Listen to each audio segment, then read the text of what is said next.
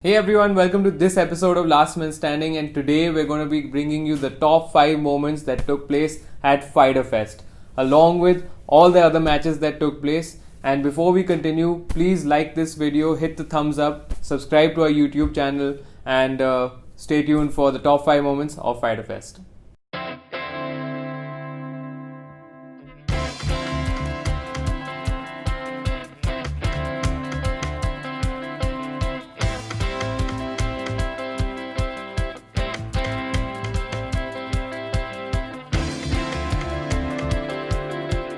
So here are our top 5 moments from Fyter Fest. Starting with Mambo number 5, with Brian Cage being awarded the FTW Championship by Taz. Now, the FTW Championship was a championship in ECW that Taz only brought about in the late 90s. And only him and Sabu have been the FTW champions.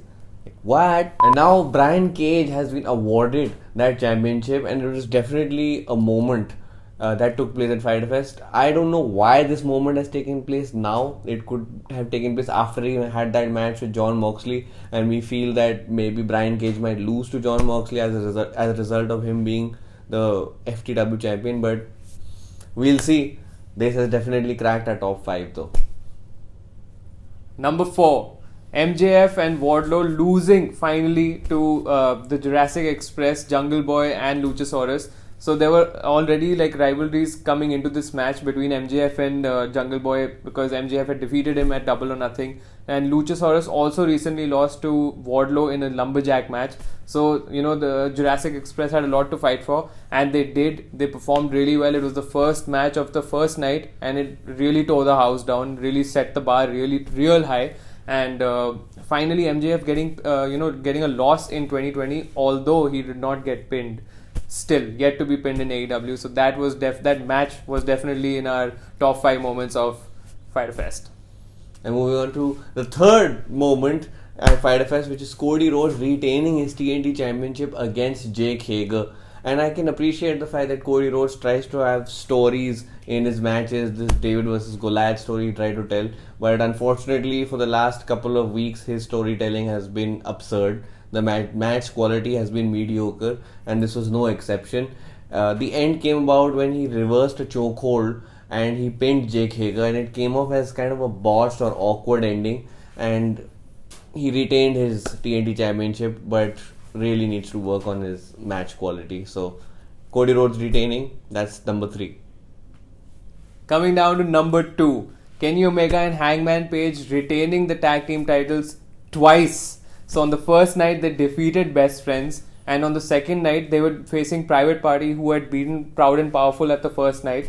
And the sheer bond between these two characters, between Kenny and Hangman, has just been incredible. It's something to watch. They've actually risen to the level of being tag team champions, and they proved that by having 2 outstanding matches with 2 great tag teams, and now probably defeating the 9th tag team in AEW. So they definitely deserve that spot, and they're still the champions. So that's going to be our number 2 moment.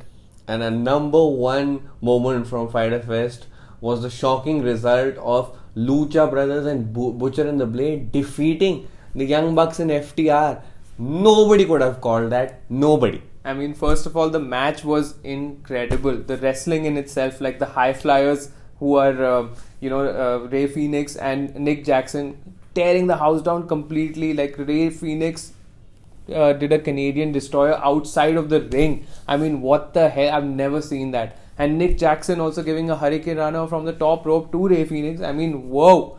And the tag teams were gelling so well with each other as well, considering that was the first time they were even teaming up with each other. Yeah, and there was a lot of good chemistry between the Young Bucks and FTR, who are teaming up for the first time and have that history of animosity between them, and it was going really well. But towards the end, Matt Jackson super kicked Dax Wilder by mistake, and a Pentagon took advantage, and this led to the Young Bucks and FTR losing. And I love this sort of storytelling. They just sprinkled it on nicely that Young Bucks had a bit of a miscommunication, and now this could be the fuel that sets this whole feud up for a potential matchup between the Young Bucks and FTR.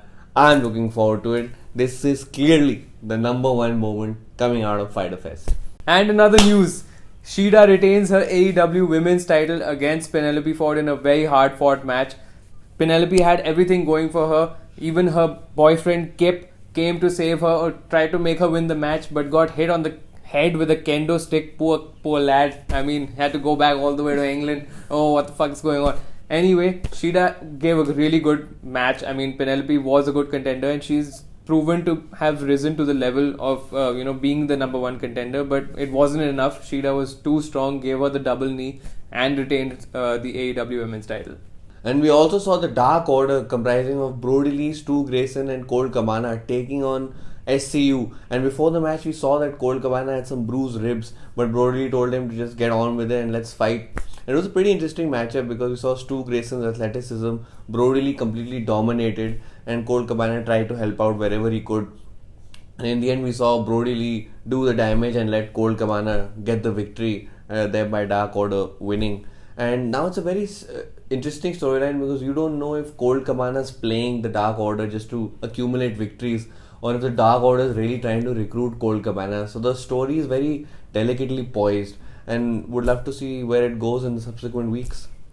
And there was also a bet hanging in the balance for the predictions that we had made for Fyter Fest, and considering I had lost the first bet against this man, I was quite eager and quite cautious in my predictions, and I was very eager to win this bet.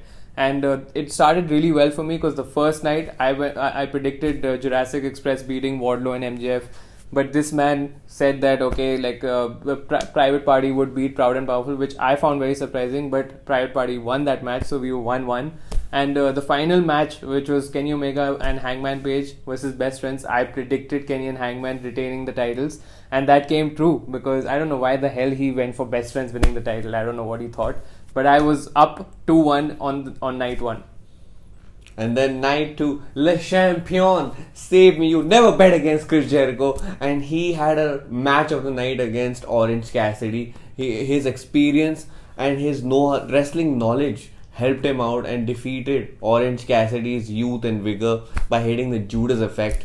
And Jericho, thank you very much. It's 2-2 in the bet.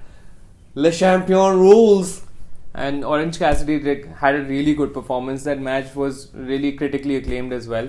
But this celebration was short-lived because Nyla Rose was facing her question mark opponent, which turned out to be 2 question mark opponents in a handicap match.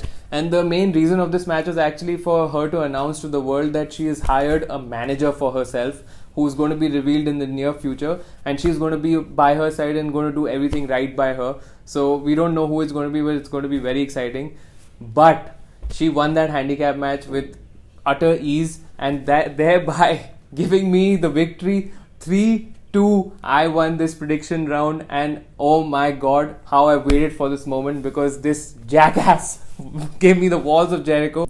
And now I will decide the punishment for this man with your help. So join us on our Instagram handle, and I will give you 4 options to decide from as a punishment for Sharang, and I will be delivering that punishment to him in the next episode. So catch us there. It's amazing how Nyla Rose has cost both of us a bet at one time by losing to Shida and now by winning.